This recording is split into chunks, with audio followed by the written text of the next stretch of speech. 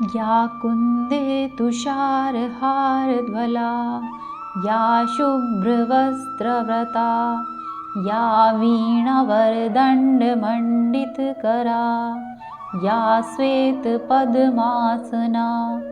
या ब्रह्माण्डच्युतशङ्करप्रभृतिदेवे सदा वन्दिता सा मा पातु सरस्वती भगवती निशेषजाड्यापहा। सुप्रभातं सुदिनमस्तु सुमङ्गलं श्रीहरिसुन्दरं शरणम् ओम। जय माँ सरस्वती। बसंत पंचमी से बसंत ऋतु का प्रारंभ हो जाता है, साथ ही माँ सरस्वती का जन्मोत्सव भी मनाया जाता है। बसंत पंचमी के दिन नागराज तक्षक की पूजा भी की जाती है व इसी दिन कामदेव की पूजा भी की जाती है। आज के वीडियो में आप सुनेंगे बसंत पंचमी की कथाएं। आइए शुरू करते हैं।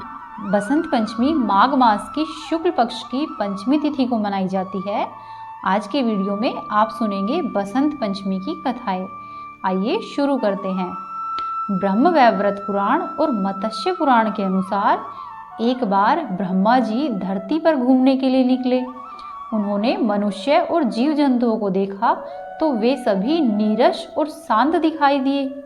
यह देखकर ब्रह्मा जी को अपनी बनाई हुई सृष्टि में कुछ कमी लगी और उन्होंने यह सोचते हुए अपने कमंडल से जल निकालकर पृथ्वी पर छिड़क दिया। जल के छिड़कते ही 4 भुजाओं वाली एक सुंदर स्त्री प्रकट हुई, जिनके एक हाथ में माला, एक में वीणा, एक में पुस्तक और एक में वरदान देने की मुद्रा थी।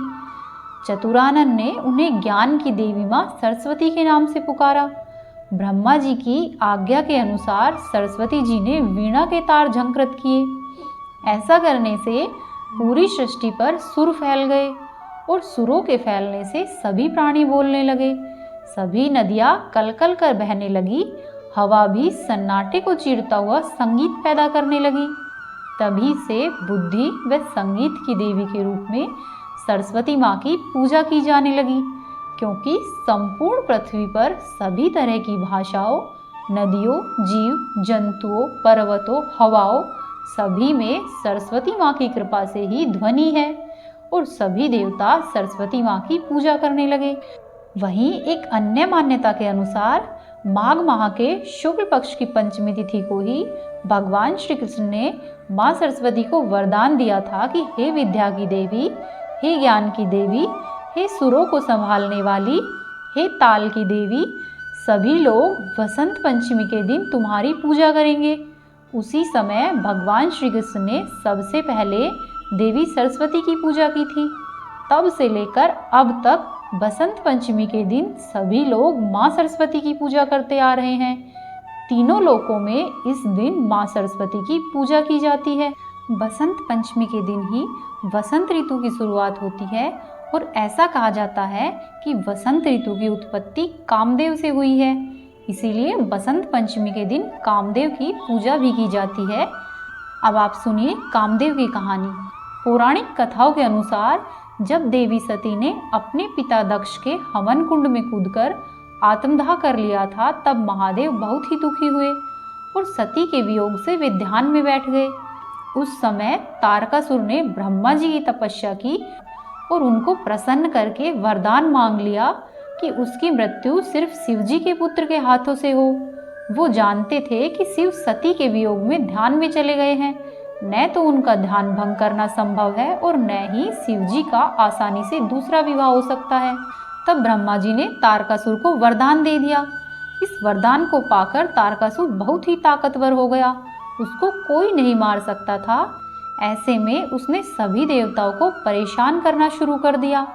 इस बात से दुखी होकर सभी देवता भगवान विष्णु के पास पहुँचे, लेकिन वो सभी तारकासुर को मारने में असमर्थ थे, क्योंकि तारकासुर को ब्रह्मा जी का वरदान मिला हुआ था कि वह केवल शिव जी के पुत्र के हाथों ही मृत्यु को प्राप्त होंगे। ऐसे में उन्होंने देवताओं को सुझाव दिया कि वे महादेव का तप किसी तरह से भंग करवाए, इसके लिए कामदेव की मदद ले। तब कामदेव से कहने पर कामदेव ने शिव जी का तप भंग करने के लिए बसंत ऋतु को उत्पन्न किया और इस ऋतु में ठंडी ठंडी और सुहावनी हवाएं चलने लगी।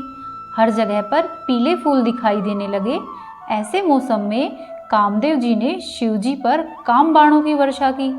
इससे शिव जी का ध्यान टूट गया और उन्हें क्रोध आ गया। क्रोध में उनका तीसरा नेत्र खुल गया, जिससे कामदेव भस्म हो गए। कुछ समय के बाद जब महादेव का क्रोध शांत हुआ, तब देवताओं ने उन्हें बताया कि कामदेव को ऐसा करने के लिए हमने कहा था, इसलिए कामदेव की कोई गलती नहीं है।